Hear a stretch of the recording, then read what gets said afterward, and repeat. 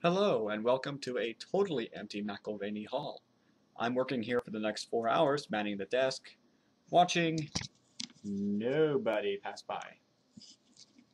So, I figured that this is a good enough environment to work on my video. Let's see if we can do this in 4 hours.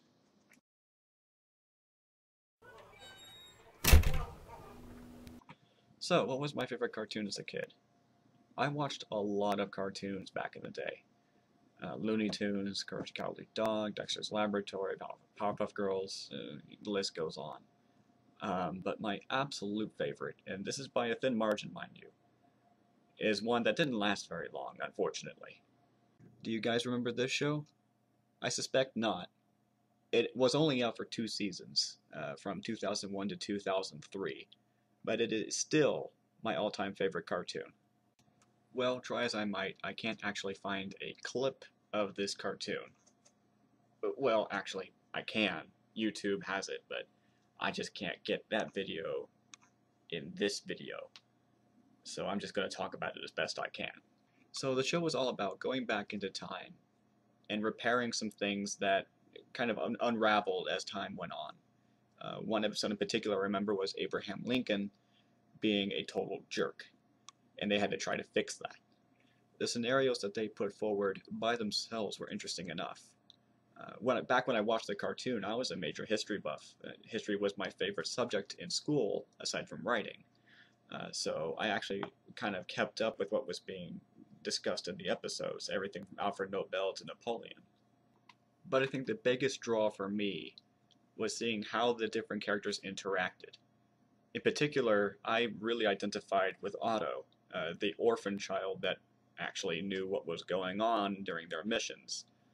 The other two characters, Larry 3000 and Ted Russell, uh, they were kind of not all that great at their jobs. Looking back on it, I can see that the formulas for each episode were pretty simplistic.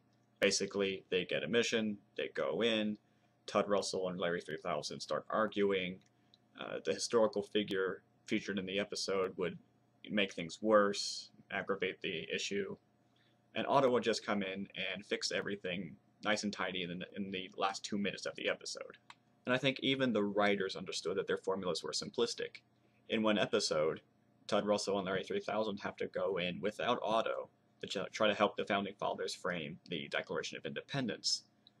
And it wasn't until the last 2 minutes that Otto comes in and just recites the Declaration of Independence, or at least the opening bits of it, word for word, and there they went. Anyways, the biggest draw for me when I saw those cartoons as a kid was watching the main characters, or the characters that I identified with the most, resolve the situations that they found themselves in, using their smarts, or their wits, or even just dumb luck.